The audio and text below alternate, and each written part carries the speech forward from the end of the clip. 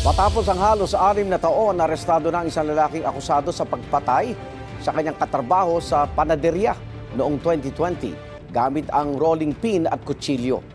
May unang balita si Bea Pinlac.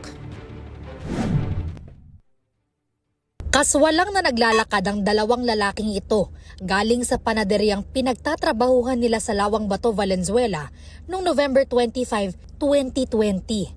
Pero ayon sa pulisya, tumatakas na pala noon ang dalawa na nasa likod ng pagpatay umano sa nakainuman nilang 20 anyos na katrabaho.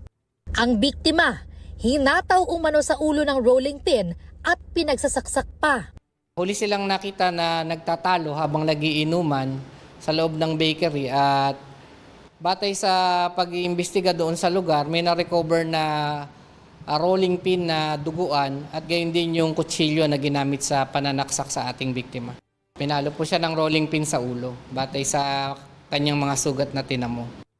Matapos ang humigit kumulang 6 na taon, naaresto nitong Lunes sa bisa ng warrant of arrest sa kasong murder ang isa sa mga akusado. Nahuli siya sa Barangay Maysan kung saan siya nagtatrabaho bilang construction worker.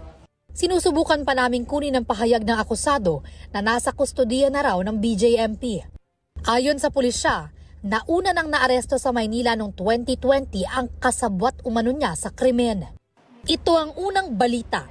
Bea Pinlac para sa GMA Integrated News.